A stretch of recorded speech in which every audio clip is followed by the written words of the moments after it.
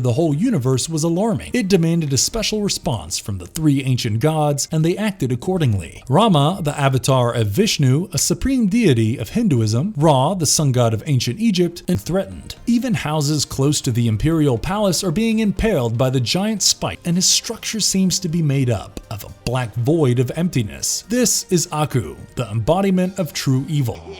Aku seems to be enjoying his superiority and arrogantly states that no mortal weapons can do him any harm. He becomes an entire army all by himself, and he surrounds the emperor. He had taken down an evil shape-shifting entity, and this demon named Aku had risen, and Aku carries him off. In a last-ditch attempt, he shouts to his wife that the evil monster has returned the prince. Aku is trapped within the sword once again, and this time he is reduced to his Frank Miller's 1983 limited edition comics were also influential in framing the narrative. This was a story of a samurai who had time traveled and was dropped into a post-apocalyptic future. Yes, you could say the similarities are a bit too close for comfort, but when the execution is this awesome, nobody seems to mind.